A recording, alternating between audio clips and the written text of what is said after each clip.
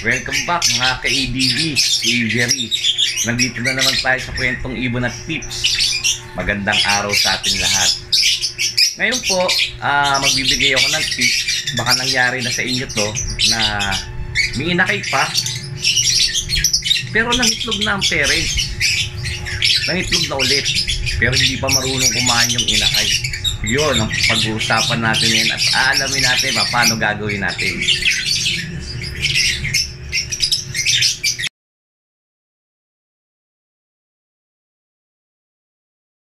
Okay guys, ito po yung parents na may inakay pa. Yung nangitlog. Nagulat ako, may itlog. Ngayon po, ito po yung pag-uusapan natin ngayon kung paano gagawin natin dito sa ganitong sitwasyon, sa ganitong pagkakataon na pangyayari nito na bigay mo, maliliit pa yung mga inakay, hindi pa nga nakakalipad, kulang pa sa pakpak, hindi pa nakakatuka mag-isa, tapos nangitlog na. Siyempre, kailangan natin parehong sinasalbayan. Hindi natin pwedeng hindi salbahin itong mga to. Ito po yung parents. Ang parents nga pala yan, blue opa, nakak, tapos close sa double factor Ewing, move opa. Ayan. Yan po yung parents. Ngayon po, sisilipin na po natin ngayon yung itlog nila at yung inakay nila. Yun po ang gagawin po natin. Yun po ang pag-uusapan natin ngayon. Okay guys, ayan o. May dalawa silang inakayan, pero isa sumisilip-silip na eh. Ito hindi pa nga kompleto yung balahibo nitong iso. Ayan o, kasi yun yung itlog. Yung itlog, dalawa na nga. Sa totoo lang, ngayon ko lang napansin to na may itlog pala dito, kasi hindi ko na tinitingnan to dahil alam ko may inakay na. Pero ngayon may dalawa ng itlog at may itlog pa ko yan, malamang. Ayun yung inakay. Ngayon po, ganito po ginagawa po dyan. Yan. Kung ang inakay po ay hindi pa marunong kumain, tsaka yan, bata pa masyado, yan, bata pa masyado, ang ginagawa po dyan, ikinukuha po yan at pinapaposter na po yan. Ngayon po, pag pinaposter po natin, dapat sa kasing edad syempre, para mabuhay yung itlog at makalimlim ng maayos yung parents. Kasi nahihirapan ng parents dyan kasi nagsusubo pa siya, naglilimlim pa siya. Oh, ganun ho ang nangyayari dyan. Ngayon ho, pwede po natin ipaposter yan, o kaya kung wala tayong pamoster, mapipilitan tayo i-handfeed yung mga inakay na yan. Ganun po gagawin natin yan. Kailangan para natin sasalbahin yung itlog at inakay. Okay, kung yung iba naman ho ang ginagawa, kinukuha naman ang itlog. Kinukuha nila itlog at ito naman ang pinapaposter sa iba. Okay, kaso ang problema, pag kinuha natin yung itlog, hindi natin alam kung ilan ang iitlogin ng breeder.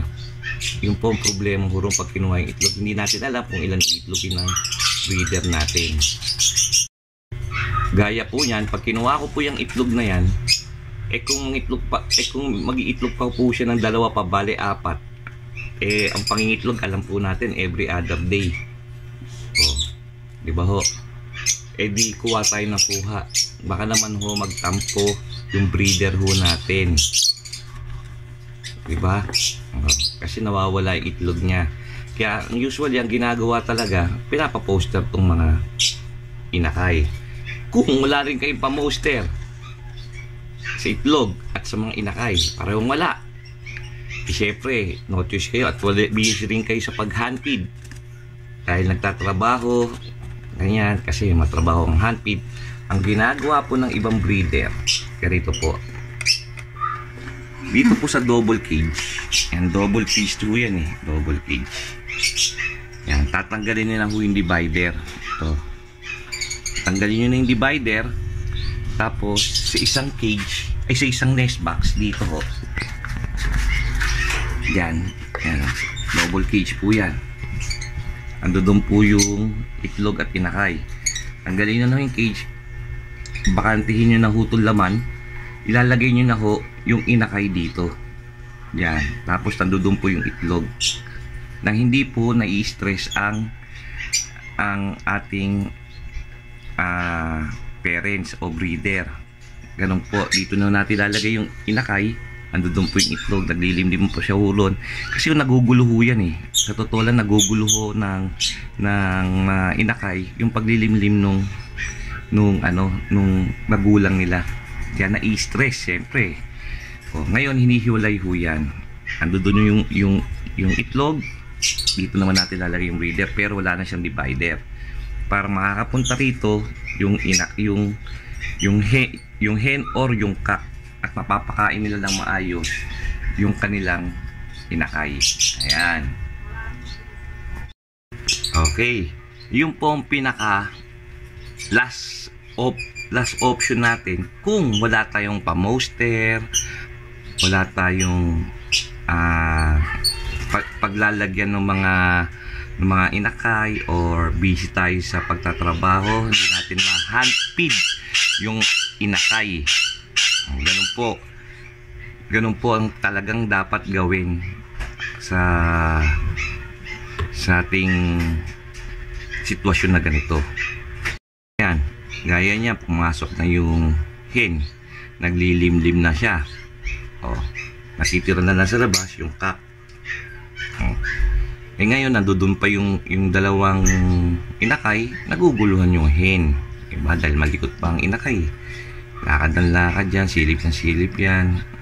Gugutom yan, pag nagutom yan, so kailangan masubuan ng hen yan o ng cock. Ang nagugulo ngayon yung hen.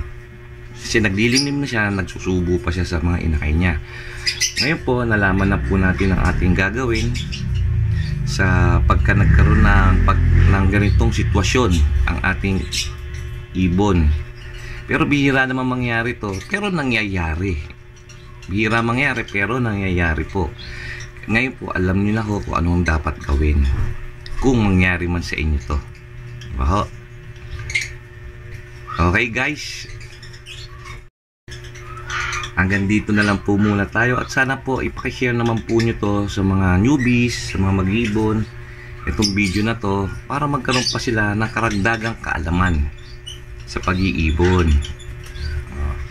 Tsaka sana po huwag nyo naman kalimutan mag-like, share at subscribe, at pakipindot na rin ang notification bell para lagi tayong updated sa mga video ko. Ayan. Okay, hanggang dito na lang po muna tayo. Maraming salamat po sa inyo, at God bless. Thank you.